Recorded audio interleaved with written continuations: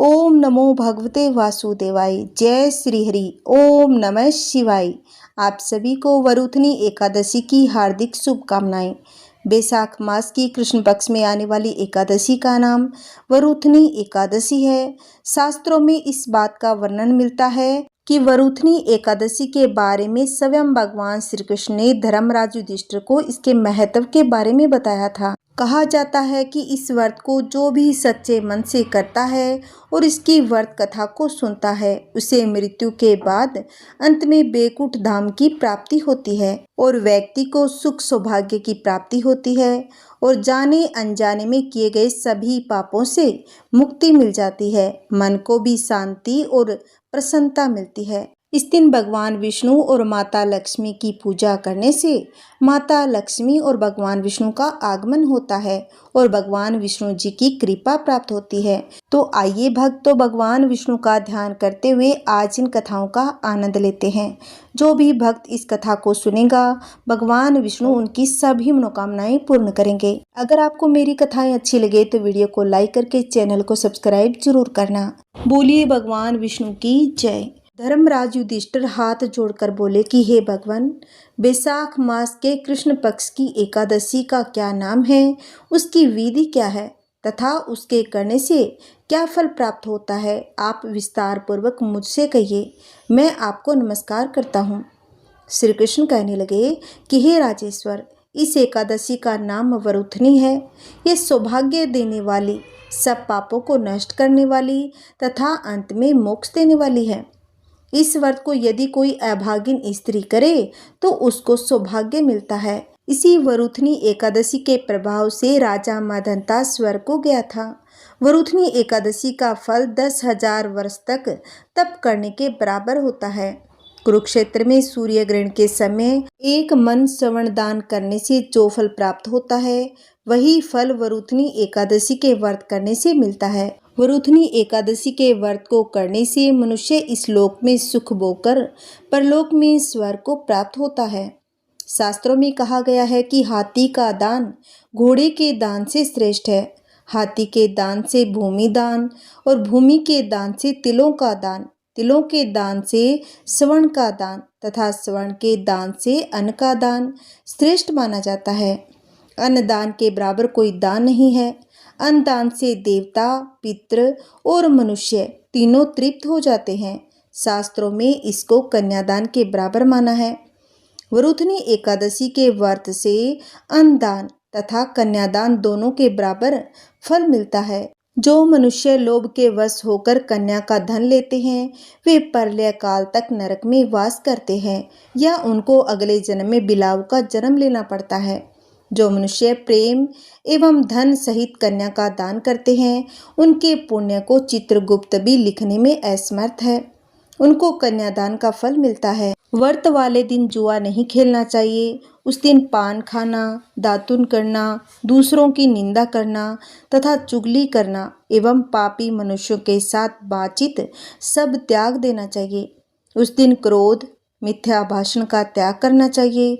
इस व्रत में नमक, तेल अथवा अनवर्जित है। हे राजन, जो मनुष्य विधिवत इस एकादशी को करते हैं, उनको स्वर्ग लोक की प्राप्ति होती है। अतः मनुष्यों को पापों से डरना चाहिए। इस व्रत के महात्म्य को पढ़ने से 1000 गोदान का फल मिलता है। इसका फल गंगा स्नान के फल से भी अधिक होता है। भगवान श्री कृष्ण ने कहा, हे युधिष्ठिर, अब मैं तुम्हें वरुथनी एकादशी की कथा सुनाता हूँ। इसे आप ध्यान पूर्वक सुने। पूर्व काल की बात है। माधंता नाम का एक राजा था जो नर्मदा नदी के तट पर राज्य करता था। वह एक तपस्वी तथा दानशील राजा था। राजा की रुचि हमेशा धार्मिक कार्यों में लगी रहती थी। साथ ही वह हमेशा पूजा पाठ में लीन रहता था, प्रभु की भक्ति किया करता था। एक दिन वह जंगल में तपस्या के लिए चला गया और एक विशाल वृक्ष के नीचे आसन जमाकर बैठ गया और तपस्या आरंभ कर दी। वे अभी तपस्या में ही लीन थे कि एक जंगली भालू ने उन पर हमला कर दिया। वह उनके पैर को चबाने लगा, लेकिन राजा माधंता तपस्या में ही लीन रहे। कुछ देर बाद पैर चबाते चबाते भालू राजा को घसीटकर पास के जंगल में ले गया। राजा बहुत घबराया, मगर तामस धर्म अनुकूल उसने क्रोध व हिंसा न करके भगवान विष्णु से प्रार्थना की और करुण भाव से भगवान विष्णु को पुकारा। उसकी पुकार सुनकर भगवान श्रीहरि विष्णु प्रकट हो गए। उन्होंने चक्कर से भालू को मार डाला। राजा का पैर भालू पहले ही खा चुका था। इससे राजा बहुत ही शोकाकुल हुए और उन्हें दुखी देकर भगवान विष्णु बोले कि हे वत्स, शोक मत करो, तो मथुरा जाओ और वरुथनी एकादशी का व्रत रखकर मेरी वाराह अवतार मूर्ति की पूजा करो। उसके प्रभाव से पुण्य सुदृढ़ अंगों वाले हो जाओगे। इस भालू ने तुम्हें जो काटा है, यह तुम्हारे पूर्व जन्म का अपराध था। भगवान की आज्ञा मानकर राजा माधंता ने मथुरा जाकर श्रद्धापूर्वक वरुथनी एकादशी का व्रत किया। इसके प्रभाव से राजा शीघ्र पुण्य सुंदर और संपूर्ण अंगों वाला हो गया। इसी एकादशी के प्रभाव से राजा माधंता स्वर्ग को गए। जो भी मनुष्य इस एकादशी का व्रत विधि पूर्वक करते हैं, उन्हें स्वर्ग लोक की प्राप्ति होती है। कथा का सारांश यही है कि सौभाग्य का आधार संयम है। प्रत्येक परिस्थिति में सभी प्रकार से संयम रखने से मनुष्य के सुख और सौभाग्य में वृद्धि होती है। यदि प्राणी में संयम नहीं है तो उसके द्वारा किए गए तप, त्याग तथा भक्ति, पूजा आदि सभी व्यर्थ हो जाते हैं। जो भी व्यक्ति भगवान विष्णु की कृपा प्राप्त करना चाहते हैं, उन्हें वरुथनी एकादशी का व्रत अवश्य ही करना चाहिए। जितना पुण्य मनुष्य को गंगा स्नान करने से प्राप्त होता है, उससे भी अधिक पुण्य वरुथनी एकादशी का व्रत करने से मिलता है। आइए भक्तों, एकादशी व्रत में सुनी जाने वाली सभी मनोकामनाओं को पूर्ण करने वाली एक पावन कथा और सुनते हैं। एक गाँव में एक बुढ़िया माई रहती थी। वह अपने बेटे और बहू के साथ रहती थी। बुढ़िया माई का नाम था सुखवंती। बुढ़िया माई के एक पोता और पोती भी थे। सुखवंती के परिवार में सब हंसी खुशी रह रहे थे। उनका अच्छे से समय बीत रहा था। बुढ़िया माई बड़े ही नियम कर्म वाली थी। वह हमेशा एकादशी का व्रत रखती थी और तुलसी जी का नित्य नियम से पूजन करती। वह तुलसी जी को नित्य जल चढ़ाती थी। सुबह उठती, तालाब पर जाती, स्नान करती और तुलसी जी की पूजा किया करती थी। तुलसी जी को प्रणाम करती और तुलसी जी के नीचे दीपक जलाया करती थी। तुलसी जी की नियम के साथ आरती भी करती। ऐसे ही बुढ़िया माई के दिन बीत रहे थे। सुखवंती की जो सहेलियां थी, वह भी सुखवंती के साथ बैठकर कथा सुनती और कहानी कहती और अपना ज्ञान बढ़ाती थी। एक बार की बात है, सुखवंती अपनी सहेलियों के साथ बैठी हुई थी। उसकी हम उम्र की सहेलियां थी, जो कि संख्या में 7-8 थी। शाम के समय आपस में सभी बैठी हुई बातें कर रही थी। तब उनमें से एक बुढ़िया माई से कहने लगी कि सुखवंती सखी, हम सब सोच रहे हैं कि क्यों न हम सब लोग द्वारकाधीश चलें। द्वारकाधीश जाने का बड़ा मन हो रहा है। तो उनमें से जितनी भी औरतें बैठी हुई थी, जो कि सुखवंती की सखियां थी, सब कहने लगी, अरे यह तो बहुत अच्छी बात है। हमें अपने जीवन में द्वारकाधीश के दर्शन जरूर करना चाहिए। इसलिए चलो अब की बार हम सभी द्वारकाधीश चलते हैं। जब सब सखियां पूछने लगी कि बुढ़िया माई, तुम भी बताओ, क्या तुम चलोगी द्वारकाधीश? उन सखियों में कुछ कम उम्र की भी थी, जो बुढ़िया माई को माई कहकर बुलाती थी। बुढ़िया माई का द्वारकाधीश की यात्रा करने का बड़ा ही मन हो रहा था। इसीलिए बुढ़िया माई कहने लगी कि सखियों, पहले मैं अपने बेटे से पूछूंगी, तब मैं आप लोगों को जरूर बता दूंगी। बुढ़िया माई घर आ गई। बुढ़िया माई का जो बेटा था, वह अपना नौकरी किया करता था। जब वह शाम को घर आया तो बुढ़िया माई के जो पोते पोतियां थे, वे बुढ़िया माई के लिए खाना लेकर गए। तो बुढ़िया माई ने खाना खाने से इनकार कर दिया और कहा कि आज तो मेरा खाना खाने का बिल्कुल भी मन नहीं है। उधर बुढ़िया का बेटा खाना खाने लगा तो उसने अपनी पत्नी से पूछा, क्या मेरी माँ ने खाना खा लिया? तब उसकी पत्नी कहने लगी कि देखो जी, आपकी माँ ने आज खाना वापस भिजवा दिया और कहने लगी कि मेरा खाना खाने का मन नहीं है। यह सुनते ही बुढ़िया माई का बेटा, जिसका नाम मुरली था, वह अपनी माँ के पास गया और जाकर कहने लगा कि माँ, क्या बात है, आज तुमने खाना क्यों नहीं खाया? तब बुढ़िया माई कहने लगी, बेटा आज मेरा मन ही था, इसीलिए खाना नहीं खाया। तब बेटा बोला, क्या माँ? माँ आपकी तबीयत तो ठीक है, अगर कोई परेशानी है तो मुझे बताओ, मैं अभी वैद्य जी को बुलाकर लाता हूँ।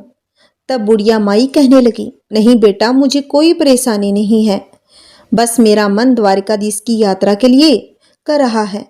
तब बेटा बोला, माँ खुलकर बताओ कि क्या बात है। तब बुढ़िया ने शाम को ही अपनी सखियों के बीच की सारी बातें अपने बेटे को बता दी कि बेटा, मेरी 7-10 सहेलियां हैं और द्वारिकाधीश की यात्रा पर जा रही है। मेरा भी बड़ा ही मन हो रहा है कि मैं भी सखियों के साथ द्वारिकाधीश की यात्रा पर जाऊं। इतनी बात सुनकर बेटा बोला कि माँ, तो कोई बात नहीं, इसमें इतना सोचने की क्या बात है, मैं तुम्हारी यात्रा पर जाने का प्रबंध कराए देता हूँ, तुम यात्रा पर चली जाओ। तो बुढ़िया माई बेटे के मुंह से यह सुनकर बड़ी ही प्रसन्न हो गई और वह अपनी द्वारिकाधीश का ध्यान करने लगी और वह कहने लगी, बेटा, पर मेरी एक और चिंता है।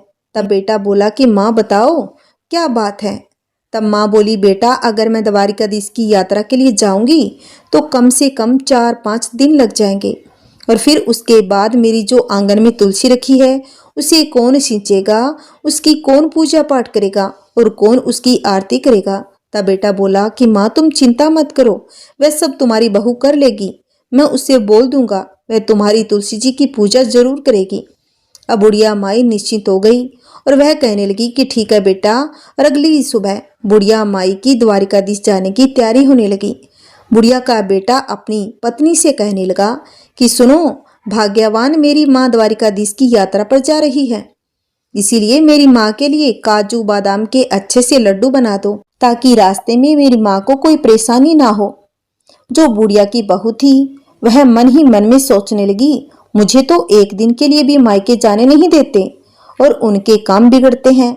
अब देखो बुढ़िया माई आराम से 4-5 दिन की यात्रा के लिए जा रही है। चलो यात्रा के लिए जा रही है वह तो ठीक है, अब इनकी पूजा पाठ का काम भी मुझे ही सौंप कर जा रही है। बुढ़िया की बहू कुछ कह तो नहीं पा रही थी, लेकिन उसने मन ही मन एक साजिश रची। उसने अपनी पति से तो बोल दिया कि ठीक है, मैं माँ के लिए गोंदगिरी और बादाम काजू के लड्डू बना दूंगी, पर उन्हें एक डिब्बे में भर के माँ जी को दे दूंगी। बेटा तो सुबह नौकरी पर चला गया। जो बुढ़िया की बहू थी उसने क्या किया कि जो तुलसी जी का गमला था जिसमें तुलसी लगी हुई थी उसमें से उसने तुलसी जी को जड़ से उखाड़ दिया और जड़ सहित उसे एक पीतल के डिब्बे में भरकर रख दिया। अपनी सासू माँ को थैली में रखकर दे दिया और बोली, ये लो माँ जी, इसमें गोंदगिरी के काजू बादाम के लड्डू है, आप इन्हीं रास्ते में खा लेना। और बुढ़िया माई अपने बेटे बहू को आशीष देते हुए अपनी तीर्थ यात्रा के लिए चलती समय अपनी बहू से बोली, बेटी मेरी तुलसी जी का ध्यान रखना। बहू बोली, ठीक है माँ जी, आप बेफिक्र होकर जाइए। अब बुढ़िया माँ तो बहुत ही खुश हो गई और बुढ़िया माई आशीर्वादों की बेटे बहू पर झड़ी लगा दी और कहने लगी, बहू ने तो मुझे काजू बादाम के लड्डू बना कर दिए हैं, और कहने लगी, दूधो नहाओ पूतो फलो, लाखों में बैठो करोड़ों में उठो, दिन दूनी रात चौगनी तरक्की करो। उनके मुंह से तो आशीष फूट पड़े और सौभाग्यवती रहो, मेरे बेटे का अच्छा काम चले। अब वह तरह तरह के आशीर्वाद देती हुई बुढ़िया माई अपनी सखियों के साथ जा रही थी। अब सारी सखियां और बुढ़िया माई द्वारकाधीश की पैदल यात्रा कर रही थी। यात्रा करते करते उन्हें शाम हो गई। शाम के समय जब वह थक गई तो एक जगह उन्होंने देखा कि वहां पर बैठकर वह विश्राम करने लगी और अपना खाने पीने के लिए जो सामान लाई थी सब निकाल कर खाने लगी। तब बुढ़िया माई ने अपना डिब्बा खोलकर देखा तो उसमें घी से बने काजू बादाम के लड्डू भरे थे। बुढ़िया माई ने आधा लड्डू खुद खाया और आधा लड्डू सब सखियों में बांट दिया और भगवान का भोग भी मन ही मन में लगा दिया। अब सब सखियां कहने लगी कि सुखिया, क्योंकि उसका नाम सुखवंती था तो सब उसे सुखिया ही कहते थे। अरे तुम्हारी बहू तो बड़ी अच्छी है, देखो तुम्हारी बहू तुम्हारा कितना ध्यान रखती है, तुम्हारी बहू ने तुम्हारे लिए घी के लड्डू बना कर दिए हैं और तुलसी माता को याद कर रही थी। चलते चलते अब वह सारी सखियां द्वारिकाधीश पहुंच गई। तो जब वहां पहुंची तो शाम का समय हो रहा था। शाम का समय था और वहां पर बहुत लंबी भीड़ लगी हुई थी, लंबी लाइन हुई थी द्वारिकाधीश के दर्शन के लिए। तो बुढ़िया माई मन ही मन सोचने लगी, आंख बंद करके ही, प्रभु जी इतनी लंबी भीड़ है, अगर मुझे आपके दर्शन नहीं हुए और पट बंद हो जाए तो मेरा आना तो यहाँ बेकार हो जाएगा। तभी बुढ़िया माई द्वारिकाधीश से मन ही मन अपनी प्रार्थना कर रही थी, हे प्रभु, एक बार जीवन में मुझे दर्शन दे दो। मैं बड़ी दूर से आपके दर्शन के लिए पैदल चलकर आई हूँ। हे प्रभु, आपके दर्शनों की प्यासी हूँ। अब बुढ़िया माई की आंखें खुली तो देखा और उसने एकदम से चमत्कार हो गया। वह तो लाइन में सबसे आगे खड़ी थी और द्वारिकाधीश जी सामने खड़े थे। बुढ़िया माई की तो हैरानी का ठिकाना न रहा, और कहाँ तो वह सबसे पीछे थी और कहाँ वह लाइन में सबसे आगे आ गई। पंडित जी सबका प्रसाद बांट रहे थे। मैंने अपना डब्बा खोलकर देखा तो उसमें एक लड्डू और एक तुलसी जी की पत्ती रखी हुई थी। अब बुढ़िया माई वही लड्डू और तुलसी जी की पत्ती द्वारिकाधीश को चढ़ाने लगी, यानी भोग लगाने लगी। पुजारी जी को थमा दी।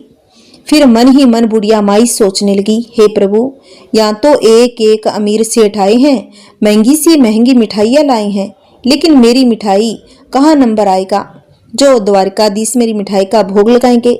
मन में भगवान को याद ही कर रही थी, हे प्रभु, मेरे भी लड्डू का भोग लगाओ और मुझे निहाल कर दो। बुढ़िया माँ ने आंखें खोली तो उसकी आंखें आश्चर्य से फैल गई। ये द्वारिकाधीश के हाथ में जो लड्डू था, यह वही लड्डू था जो बुढ़िया माई ने भोग लगाने के लिए दिया था, और वही तुलसी की पत्ती थी जो ठाकुर जी के हाथ में थी। अब तो बुढ़िया माई बड़ी प्रसन्न हुई। वह गदगद हो गई कि प्रभु ने मेरा भोग स्वीकार कर लिया है। तभी जो द्वारिकाधीश जी के पुजारी थे वह सबको प्रसाद बांट रहे थे, तो उस बुढ़िया माई का भी प्रसाद दिया। बुढ़िया माई ने वह प्रसाद अपने पल्लू में रख लिया और हाथ जोड़ लिए। फिर वो प्रसाद को लेकर सोचने लगी, यह प्रसाद मैं घर लेकर जाऊंगी, अपने बहू बेटे और पोते पोतियों के साथ मिलकर इसका भोग लगाएंगे। अब सब ग्रहण करेंगे क्योंकि यह द्वारिकाधीश का आशीर्वाद है। यही सोचकर उसने उस पीतल के डिब्बे में जो भोग था, जो पुजारी जी ने प्रसाद दिया था, उस प्रसाद को बुढ़िया माई ने रख लिया और बाहर आ गई। बाहर आई तो काफी देर तक अपनी सखियों का इंतजार करने लगी। जो काफी देर बाद उसकी सखियां आई तो कहने लगी, अरे बड़ी घबराहट हो रही है, बड़ी भीड़ थी, हमें तो सही से दर्शन भी नहीं हुए। द्वारिकाधीश के इतना चलकर आए थे, इतनी धक्का मुक्की है, लेकिन वहां हमें दर्शन नहीं हुए। कोई कहती, अरे मुझे तो थोड़ा थोड़ा सा हुए थे, बड़ी भीड़ है। सब अपनी परेशानियां बता रही थी और बुढ़िया माई मन ही मन मुस्कुरा रही थी। वह कहने लगी कि मुझे तो द्वारिकाधीश के बहुत ही अच्छे से दर्शन हुए, मेरा तो भगवान ने प्रसाद भी ग्रहण कर लिया। इस तरीके से अब सारी सखियां अपने द्वारिकाधीश की यात्रा करके अपने गांव के लिए वापस जल्दी घर पहुंचने पर बुढ़िया माई ने अपने बेटे बहू को आवाज लगाई। बेटा अंदर से आया और माँ के पैर छुए। बेटा को माँ ने बहुत ही आशीर्वादों की छड़ी लगा दी और जुग जुग जियो मेरे लाल, मेरी यात्रा बड़ी सफल रही। फिर कहने लगी, अरे बेटा बहू दिखाई नहीं दे रहे, क्योंकि बेटा हाथ में पानी का गिलास लेकर आ रहा था कि माँ लो पियो और आराम से बैठ जाओ। पानी का गिलास जब बेटा लेकर खड़ा था तो बुढ़िया माई पूछने लगी कि बेटा बहू कहाँ गई।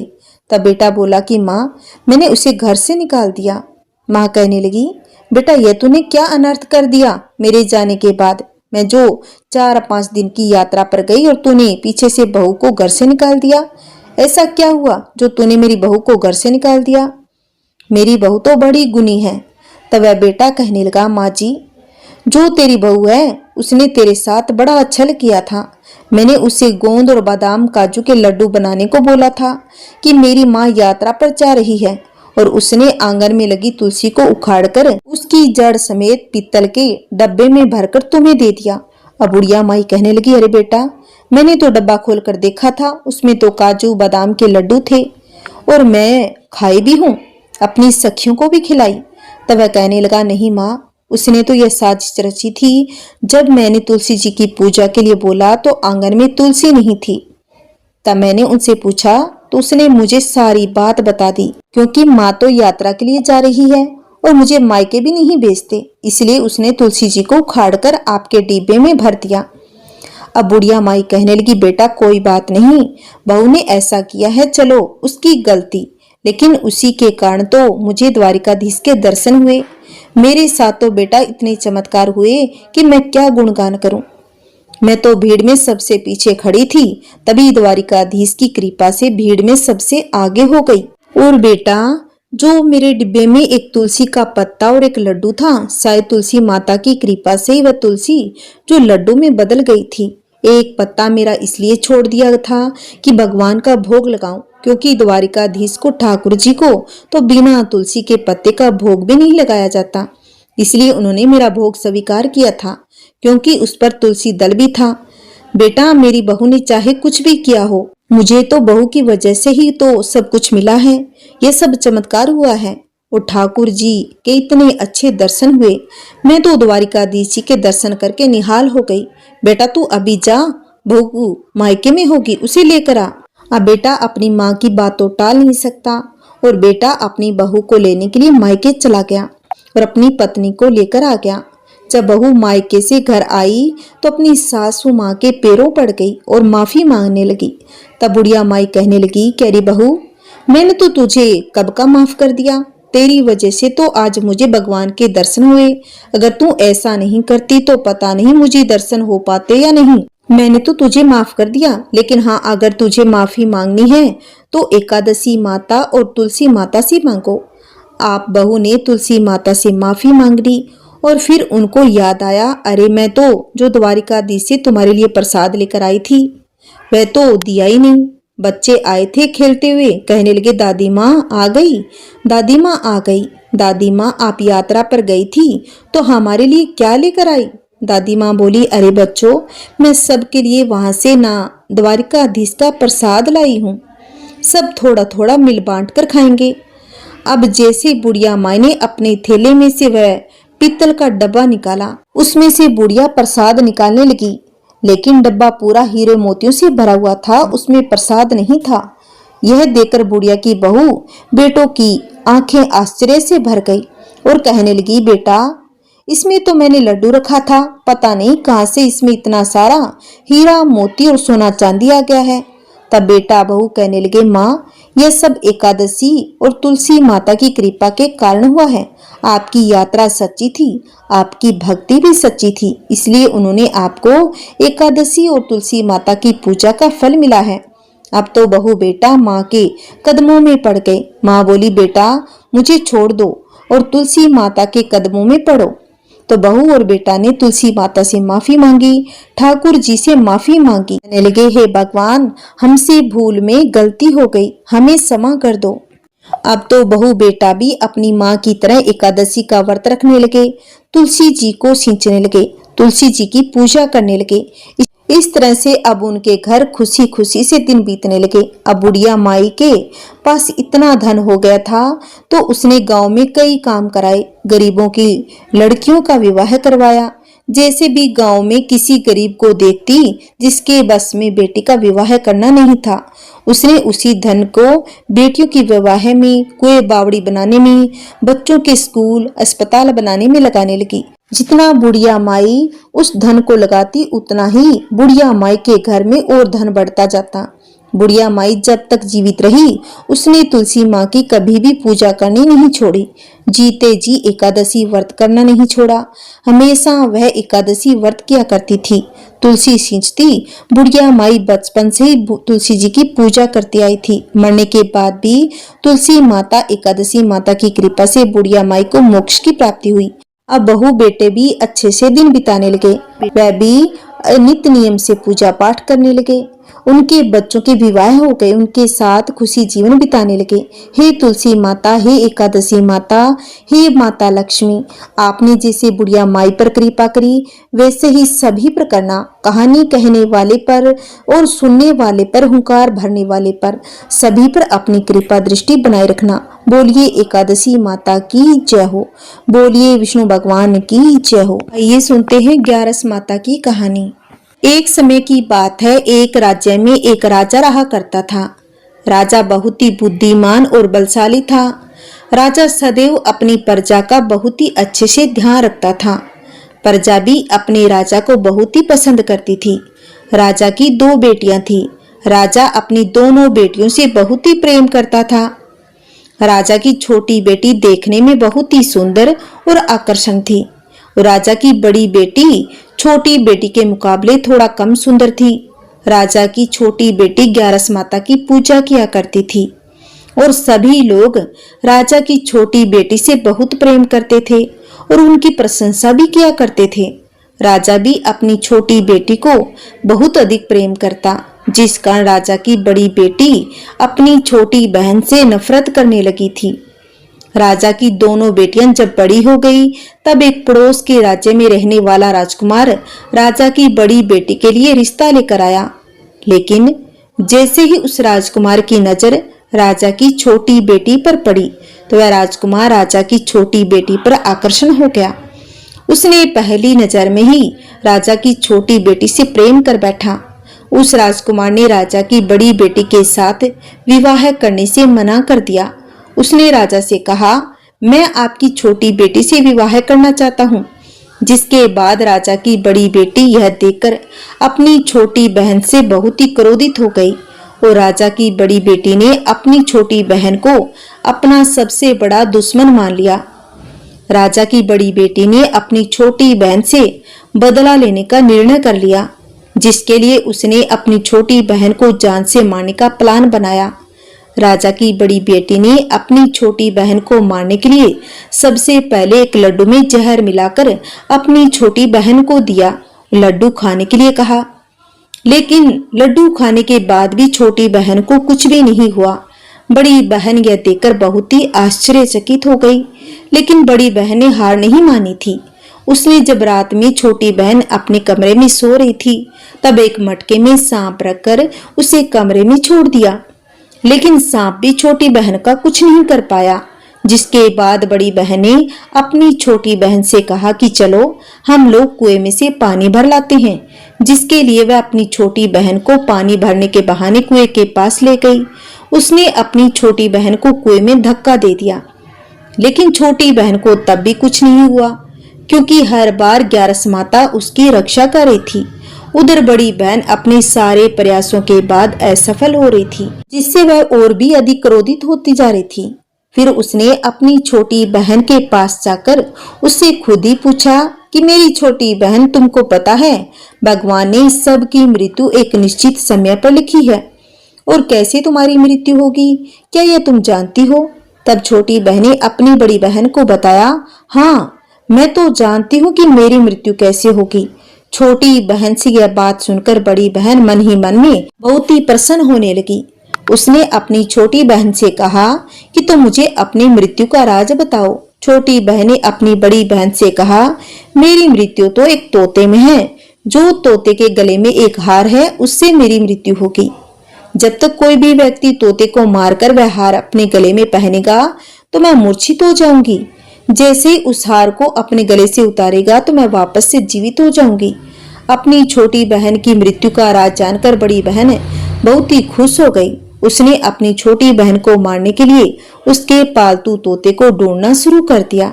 वो छोटी बहन को इस बात का आभास हो गया था कि कोई उसकी जान लेना चाहता है, जिसके लिए वह अपने पिताजी के पास गई। उसने अपने पिता से कहा, पिताजी मेरी मृत्यु के बाद आप मुझे जलाइएगा मत, बल्कि आप मुझे अपनी पुरानी वाली हवेली में एक पलंग पर लेटाकर छोड़ दीजिएगा। अपनी छोटी बेटी की यह बात सुनकर राजा बहुत ही आश्चर्यचकित हो गया। राजा ने अपनी छोटी बेटी से पूछा, बेटी तुम क्या कह रही हो? तब राजा की छोटी बेटी ने बताया, पिताजी समय किसी के लिए नहीं रुकता, कब क्या हो जाए किसी को पता नहीं। फिर राजा ने अपनी छोटी बेटी से कहा, तुम ऐसी बातें क्यों कर रही हो? 2-3 दिन बाद तुम्हारा विवाह है। लेकिन छोटी बेटी ने अपने पिताजी को ऐसा करने पर विवश कर दिया और उनसे वचन ले लिया। राजा ने भी अपनी छोटी बेटी की बात स्वीकार कर ली और 2-3 दिनों के बाद जब शादी का समय आया, तब राजकुमार बारात लेकर राजा के घर आया। राजकुमार और राजा की छोटी बेटी का विवाह शुरू हो गया। जैसे ही राजा की छोटी बेटी राजकुमार के साथ फेरे लेना शुरू करती है, उसकी बड़ी बहन अपनी छोटी बहन के कमरे में जाकर उसके तोते को पकड़ लेती है, उसको जान से मार देती है। तोते के गले में जो हार था उसको अपने गले में धारण कर लेती है। जैसे ही बड़ी बहन उस हार को अपने गले में धारण करती है, उधर छोटी बहन 3.5 फेरे ले पाती है और वहीं पर बेहोश होकर गिर जाती है। जिसके बाद राजा ने बड़े बड़े दर्द हकीमों को बुलवाया, अपनी छोटी बेटी का इलाज करने के लिए कहा। राजा की बात सुनकर वेद ने छोटी बेटी को जब चेक किया तो राजा को बताया, आपकी छोटी बेटी ना तो जीवित है और ना ही मरी हुई है। यह तो मैं पहली बार देख रहा हूँ। राजा ने वेद और हकीमों को यह बात बाहर बताने से मना कर दिया। उनको कहा, अगर तुमने यह बात किसी बाहर वाले को बता दी तो हम तुम्हें फांसी दे देंगे। राजा ने अपनी छोटी बेटी को पुराने महल में जाकर एक पलंग पर लेटा दिया। वहां पर कुछ सैनिकों को तैनात कर दिया। वापस अपने महल पर आ गया। राजा की बड़ी बेटी अपने पिताजी के पास आई और कहने लगी कि पिताजी, अगर यह शादी संपन्न नहीं हुई तो आपकी इज्जत का क्या होगा? आप कहें तो मैं आपकी इज्जत बचाने के लिए राजकुमार से शादी करने के लिए तैयार हूँ। जिसके बाद राजा ने अपनी बड़ी बेटी की बात मान ली और राजा ने बड़ी बेटी को छोटी बेटी के कपड़े पहनाकर मंडप पर भेज दिया। लेकिन राजकुमार यह जान गया कि यह राजा की छोटी बेटी नहीं बल्कि यह राजा की बड़ी बेटी है। लेकिन जब राजकुमार ने शादी करने से मना किया तो सभी लोगों ने राजकुमार को विवश करके राजा की बड़ी बेटी से बचे हुए फेरों को संपन्न करा दिया और विवाह करवा दिया। जिसके बाद राजकुमार राजा की बड़ी बेटी को अपने महल में ले गया। राजकुमार राजा की बड़ी बेटी से न तो बात करता था, न ही उसको पसंद करता था, न ही उसके आसपास आता था। राजकुमार ने यह फैसला कर लिया कि वह अपनी प्रेमिका को ढूंढकर ही रहेगा, यह जानकर रहेगा कि उसके साथ आखिर हुआ क्या था। एक दिन राजकुमार अपने घोड़े पर सवार होकर राजा के पुराने वाले महल के पास जा पहुंचा, जहां पर उसने कुछ सैनिकों को देखा। महल के पास पहुंचकर राजकुमार ने जब महल को ध्यान से देखा तो वह समझ गया, यह तो हमारे ससुर जी का महल है। तब राजकुमार ने सैनिकों से पूछा, तुम लोग यहाँ क्या कर रहे हो? इस महल के अंदर उस पलंग में कौन लेटा है? जिसके बाद सैनिकों ने बताया, यहाँ पर राजा की छोटी बेटी है। यह सुनकर राजकुमार बहुत ही प्रसन्न हो गया और तुरंत अपनी प्रेमिका के पास पहुंच गया, उसकी सेवा में लग गया। जैसे ही रात हुई तो राजा की छोटी बेटी उठकर खड़ी हो गई। राजकुमार यह देखकर बहुत ही खुश हो गया। उसने अपनी प्रेमिका से पूछा कि तुम यहाँ क्या कर रही हो? चलो तुम मेरे साथ मेरे महल में चलो। राजा की छोटी बेटी ने राजकुमार को सारी बातें बता दी कि मेरी जान एक तोते में बसी थी और मैंने यह बात सिर्फ अपनी बड़ी बहन को ही बताया था। मुझे पता है उसने ही मुझे मारने का प्रयास किया है। उसके पास एक हार है जिसको वह सुबह तो पहन लेती है, रात को उतार देती है। जब तक वह हार को पहन के रखेगी तब तक मैं मूर्छित रहूंगी। जैसे ही वह हार को उतार देती है तो मैं जीवित हो जाती हूँ। जब तक मेरी बड़ी बहन के पास वो हार है तब तक ऐसे जीवित और मूर्छित होती रहूंगी। अगर मेरी बड़ी बहन के पास जो हार है वो मेरे हाथ लग जाए तो मैं हमेशा के लिए जीवित हो जाऊंगी। राजकुमार यह बात सुनकर राजा की छोटी बेटी के पास रहने का निर्णय कर लेता है। उसने अपने बचे हुए सारे फेरे उस पलंग में लेटी राजा की छोटी बेटी के साथ संपूर्ण कर लिए, वहीं पर ही रहने लगा। देखते ही देखते कुछ समय में राजा की छोटी बेटी और राजकुमार की पत्नी पेट से हो गई। एक दिन राजकुमार को किसी काम से बाहर जाना पड़ा। तब छोटी बहन के पेट में बहुत तेज से दर्द होने लगा, जिसके बाद उसने ग्यारस माता का आह्वान किया। जिसके बाद वहां पर ग्यारस माता प्रकट हुई। उन्होंने अपने भक्तों के दर्द को दूर किया और एक पुत्र की प्राप्ति करवाई। वहीं पर अचानक से राजकुमार भी आ गया। राजकुमार ने ग्यारस माता को देखा तो वह आश्चर्यचकित हो गया। उसने तुरंत माता को प्रणाम किया और ग्यारस माता ने राजकुमार से कहा, जब तुम्हारा पुत्र 5 वर्ष का हो जाए तुम अपनी पत्नी का हार लाकर इसके गले में डाल देना।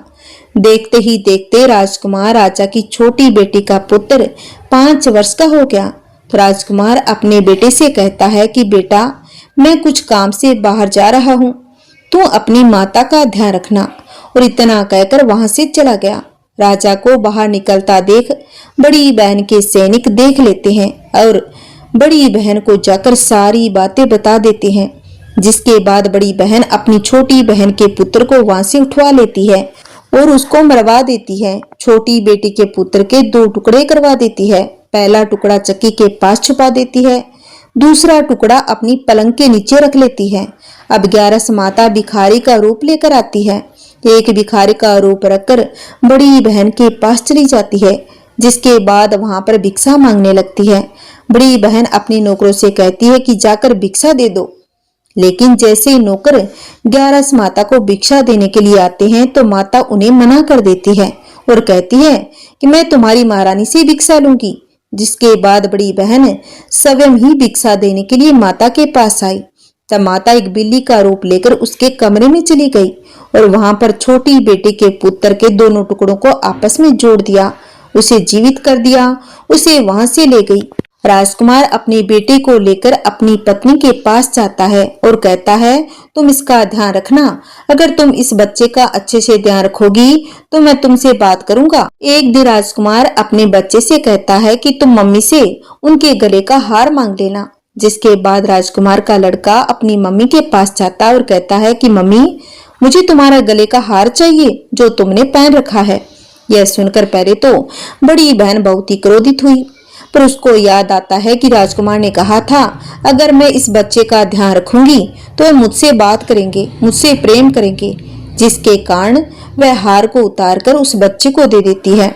वह तुरंत हार को ले जाकर अपने पिता को दे देता है और तभी राजकुमार अपने बेटे को लेकर वहां से जाने लगता है और अपनी पत्नी से कहता है, तुम हमारे लिए खाना बनाकर रखना, मैं शाम को आकर तुम्हारे साथ खाऊंगा। वह अपने बेटे को लेकर वहां से चला जाता है। जिसके बाद वह राजा के पास गया और उनको सारी बातें बताई। राजा अपनी बड़ी बेटी की करतूत सुनकर बहुत ही क्रोधित हुए और अपनी परवरिश पर दोष देने लगे। राजकुमार को अपनी छोटी बेटी के साथ रहने के लिए आदेश देते हैं। बोलिए ग्यारस माता की जय हो। आइए अब सुनते हैं लपसी तपसी की कहानी, जो हर कथा के बाद सुननी चाहिए। एक समय की बात है, लपसी तपसी नाम के दो भाई थे, जिनमें तपसी हमेशा भगवान की तपस्या में लीन रहा करता था।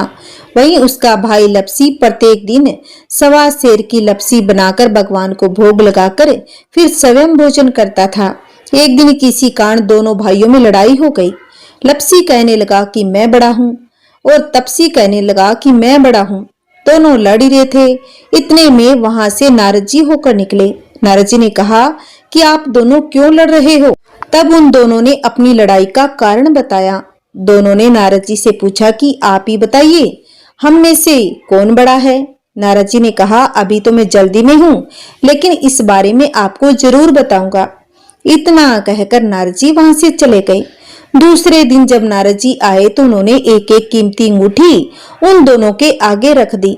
तपसी ने तुरंत ही अंगूठी अपने घुटने के नीचे छिपा ली और सोचने लगा, अब मुझे खूब धन मिलेगा, जिससे मैं यज्ञ करूंगा, अपने आप ही बड़ा बन जाऊंगा।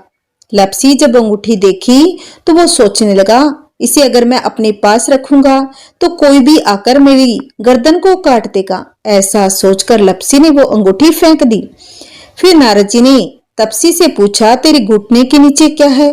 तपसी ने अपना घुटना उठाकर देखा तो घुटने के नीचे अंगूठी निकली। तब नारद जी ने कहा, इतना भजन भाव करने के बाद भी तेरे मन में लालच है, इसलिए तेरे से तो लपसी ही बड़ा। अब तुम्हें तुम्हारी तपस्या का कोई फल नहीं मिलेगा। तपसी शर्मिंदा होकर माफी मांगने लगा। तब तपसी बोला कि नारद जी, मेरी ये आदत कैसे छूटेगी, मेरा पाप कैसे उतरेगा, इसका कोई उपाय बताइए। तो नारद जी ने कहा कि कार्तिक महीने में जो स्त्रियां कार्तिक व्रत करती है, अगर वे तुझे अपना पुण्य देंगी तभी तेरा पाप उतरेगा। तपसी ने कहा कि कोई स्त्री मुझे अपना फल क्यों देगी?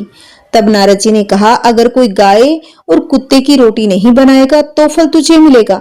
अगर कोई व्यक्ति किसी ब्राह्मण को भोजन कराकर बिना दक्षिणा ही उसको विदा कर देगा तो तुझे फल मिलेगा। यदि कोई साड़ी के साथ ब्लाउज नहीं देगा तो उसका फल तुझे मिलेगा। यदि कोई व्यक्ति दीपक से दीपक जलाएगा तो फल तुझे मिलेगा। वही अगर कोई तुम्हारी कहानी नहीं सुनेगा तो भी फल तुझे मिलेगा। इसीलिए कोई भी व्रत त्योहार हो तो लपसी तपसी की कहानी अवश्य ही सुननी चाहिए। आइए सुनते हैं लक्ष्मी माता की कहानी। एक समय की बात है, किसी नगर में हरिदास नाम का ब्राह्मण रहता था। वह विष्णु भगवान का परम भक्त था। वह नित्य कर्म उठकर मंदिर जाता, पूजा पाठ करता और भागवत का पाठ करता था। एक दिन हरिदास पूजा पाठ कर अपने घर को लौट रहा था। मार्ग में लक्ष्मी और उनकी बहन अलक्ष्मी की नज़र उस पर पड़ी। लक्ष्मी जी ने अपनी बहन से कहा कि मैं इस ब्राह्मण के जीवन में प्रवेश करने जा रही हूँ। मैं इसके जीवन में प्रवेश करते ही तुम इसके जीवन से निकल जाओगी। यह सुनकर अलक्ष्मी ने कहा, मैं ऐसा होने नहीं दूंगी। उन दोनों बहनों में ये तय हुआ कि वह दोनों अपना अपना प्रभाव दिखाएगी। जो श्रेष्ठ होगा वह हरिदास के जीवन में रह जाएगा। हरिदास हरि कीर्तन करता अपने घर की ओर जा रहा था। पहले लक्ष्मी जी ने अपना प्रभाव दिखाया। हरिदास के रास्ते में एक सोने के मोहरों से भरा बांस रख दिया। जैसे ही हरिदास की नज़र उस बांस पर पड़ी, उसने वह बांस उठा लिया और सोचा कि यह घर में ले जाता हूँ, किसी न किसी काम में आ जाएगा। वह बांस लेकर अपने घर की ओर चल दिया। कुछ ही दूरी पर पहुंचा था, उसे रास्ते में एक लड़का मिला। ब्राह्मण के हाथ में बांस देखकर वह लड़का बोला कि मुझे मेरी चारपाई के लिए ऐसा ही बांस चाहिए। यह बांस आपने कहाँ से खरीदा, मुझे भी बता दो, मैं भी ले आऊँगा। यह सुनकर हरिदास ने कहा, बेटा मैंने इसे खरीदा नहीं है, मुझे तो रास्ते में पड़ा मिला। यदि तुमको इसकी ज़रूरत है तो तुम ये बांस ले लो। लड़का बोला कि इस बांस का आप 1 रुपया रख लो, मुझे यह बांस दे दो। हरिदास खुश हो गया, वह घर की ओर चल पड़ा। मार्ग में यह दोनों देवियां देख रही थी। लक्ष्मी ने कहा कि देखो लक्ष्मी, तुम्हारी इतनी मोहरें 1 रुपये में बिक गई। लक्ष्मी ने कहा कि बहन, अब मेरा प्रभाव देख, 1 रुपये भी भक्त के पास नहीं रहेगा। ब्राह्मण कुछ कदम आगे चला। उन्हें तालाब के किनारे सुंदर फूल दिखाई दिए। उन्होंने सोचा पूजा के लिए यहाँ से फूल ले लेता हूँ। फूल तोड़ने के लिए ब्राह्मण ने पूजा की थाली में वह 1 रुपया रख दिया और फूल तोड़ने लगा। तभी वहाँ एक बालक आया और थाली में से 1 रुपया उठाकर भाग गया। ब्राह्मण को इस बात का बिल्कुल भी पता नहीं चला। ब्राह्मण फूल तोड़कर आगे चला तो वह लड़का वापस आता दिखाई दिया जो उसके पास से बांस लेकर गया था। उसने ब्राह्मण को बांस वापस देते हुए कहा कि यह बांस चारपाई में पूरा नहीं आया, यह बांस वापस ले लो और मेरा 1 रुपया वापस दे दो। जैसे ही ब्राह्मण ने 1 रुपया लौटाने के लिए थाली में देखा तो उसकी थाली में वो रुपया नहीं था। वह बोला, बेटा पता नहीं वह रुपया तो कहाँ चला गया, लगता है बेटा वह कहीं गिर गया। तुम मेरे साथ मेरे घर चल, मैं तुम्हें 1 रुपया लौटा दूंगा। इस समय मेरे पास पैसे नहीं हैं। लड़का बोला, कोई बात नहीं, मैं शाम को आपके घर से 1 रुपया ले लूँगा। ऐसा कहकर वह अपने घर को चला गया। अब मोरों से भरा बांस ब्राह्मण के पास वापस आ गया। यह सब देखकर लक्ष्मी मुस्कुराई। लक्ष्मी को मुस्कुराता देख लक्ष्मी जल भुन गई। लक्ष्मी से बोली, ज़्यादा मुस्कुराने की जरूरत नहीं, अभी आगे देखो होता है क्या। तभी ब्राह्मण के पास एक लड़का आया और बोला कि मेरा बेटा आपकी थाली में से 1 रुपया उठा ले गया था, इसे वापस ले लो, मुझे क्षमा कर दो। ऐसा कहकर हरिदास 1 रुपये वापस लौटा दिया और ब्राह्मण 1 रुपये लेकर उस लड़के की ओर दौड़ा जिसका वह 1 रुपया था। 1 रुपया लौटाकर घर की ओर चला। हरिदास के एक हाथ में पूजा की थाली और दूसरे हाथ में मोरों का भरा एक बांस था। लक्ष्मी के प्रभाव से ब्राह्मण को लाभ होता देख लक्ष्मी और भी क्रोधित हो गई। एक सांप का रूप धारण करके ब्राह्मण की ओर बढ़ी। सांप को देखकर ब्राह्मण देव भागने लगा, लेकिन सांप ने उसका पीछा नहीं छोड़ा। ब्राह्मण घबराकर और अपनी रक्षा के लिए हाथ में पकड़े बांस को सांप पर दे मारा, जिससे बांस के 2 टुकड़े हो गए। उसके अंदर से पड़ी मोहरें धरती पर गिर गई। मोहरें देखकर ब्राह्मण की आंखें फटी की फटी रह गई। वही वह सांप बांस की नोक में घायल होकर झाड़ियों की ओर भाग गया। तब हरिदास भगवान विष्णु माँ लक्ष्मी की जय जयकार करने लगा। दूसरी ओर लक्ष्मी हाँफती हुई लक्ष्मी के पास जाकर बोली कि बहन, श्रेष्ठता किसी को देने से प्राप्त होती है, छीनने से नहीं। तब लक्ष्मी जी ने लक्ष्मी से कहा कि बहन, जब तुमने ब्राह्मण के जीवन में प्रवेश किया वह उदास हो गया, लेकिन मुझे पाते ही वह प्रसन्न हो गया। बोलिए लक्ष्मी माता की जय हो। तो आइए भक्तों, अब हम सुनेंगे एकादशी माता की आरती। ओम जय एकादशी माता मैया, जय एकादशी माता। विष्णु पूजा व्रत को धारण कर, विष्णु पूजा व्रत को धारण कर, शक्ति मुक्ति पाता। ओम जय एकादशी माता। तेरे नाम गिनाऊं देवी, भक्ति प्रदान करनी मैया, भक्ति प्रदान करनी।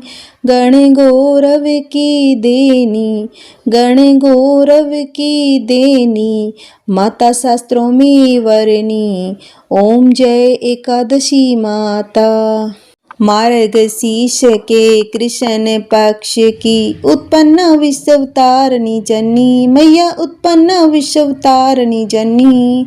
शुक्ल पक्ष में हुई मोक्षता, शुक्ल पक्ष में हुई मोक्षता, मुक्तिदाता बन आई। ओम जय एकादशी माता। पौष के कृष्ण पक्ष की सफला नामक है मैया, सफला नामक है। शुक्ल पक्ष में होए पुत्रदा, शुक्ल पक्ष में होए पुत्रदा, आनंद अधिक रहे। ओम जय एकादशी माता। नाम सटिला माघ मास में कृष्ण पक्ष आवे मैया, कृष्ण पक्ष आवे। शुक्ल पक्ष में जया कहावे, शुक्ल पक्ष में जया कहावे, विजय सदा पावे। ओम जय एकादशी माता। विजया फागुनी कृष्ण पक्ष में शुक्ला आमल की मैया, शुक्ला आमल की। पाप मोचनी कृष्ण पक्ष में, पाप मोचनी कृष्ण पक्ष में, चेतर महाबली की। ओम जय एकादशी माता। चेतर शुक्ल में नाम कामदा, धन देने वाली मैया, धन देने वाली। नाम वरुथनी कृष्ण पक्ष में, नाम वरुथनी कृष्ण पक्ष में, बैसाख माह वाली। ओम जय एकादशी माता। शुक्ल पक्ष में होए मोहिनी, अपरा ज्येष्ठ कृष्ण पक्ष की मैया, अपरा ज्येष्ठ कृष्ण पक्ष की। नाम नीरजला सब सुख करनी, नाम नीरजला सब सुख करनी, शुक्ल पक्ष रखी। ओम जय एकादशी माता। योगिनी नाम आषाढ़ में जानो, कृष्ण पक्ष करनी मैया, कृष्ण पक्ष करनी। देवसैनी नाम कहायो, देवसैनी नाम कहायो, शुक्ल पक्ष धरनी। ओम जय एकादशी माता। कामिका श्रावण मास में आवे, कृष्ण पक्ष कहिए मैया, कृष्ण पक्ष कहिए। श्रावण शुक्ला होए पवित्रा, श्रावण शुक्ला होए पवित्रा, आनंद से रहिए। ओम जय एकादशी माता। अजा भाद्रपद कृष्ण पक्ष की परिवर्तनी शुक्ला मैया, परिवर्तनी शुक्ला। इंदिरा आश्विन कृष्ण पक्ष में, इंदिरा आश्विन कृष्ण पक्ष में, व्रत से भव सागर निकला। ओम जय एकादशी माता। पापा को सह शुक्ल पक्ष में, आप हर निहारी मैया, आप हर निहारी। रमा मास कार्तिक में आवे, रमा मास कार्तिक में आवे, सुखदायक भारी। ओम जय एकादशी माता। देव उठानी शुक्ल पक्ष की दुख नाशक मैया, दुख नाशक मैया। पावन मास में करू विनती, पावन मास में करू विनती, पार करो नैया। ओम जय एकादशी माता। परमा कृष्ण पक्ष में होती, जन मंगल करनी मैया, जन मंगल करनी। शुक्ल मास में होए पद्मिनी, शुक्ल मास में होए पद्मिनी, दुख दारिद्र हरनी। ओम जय एकादशी माता। जो कोई आरती एकादशी की भक्ति सहित गावे मैया, भक्ति सहित गावे, जन गुर दीता स्वर का वासा, जन गुर दीता स्वर का वासा, निश्चय वह पावे। ओम जय एकादशी माता, ओम जय एकादशी माता, मैया जय एकादशी माता। विष्णु पूजा व्रत को धारण करे, विष्णु पूजा व्रत को धारण करे, शक्ति मुक्ति पाता। ओम जय एकादशी माता। बोलिए विष्णु भगवान की जय, बोलिए माता लक्ष्मी की जय। ओम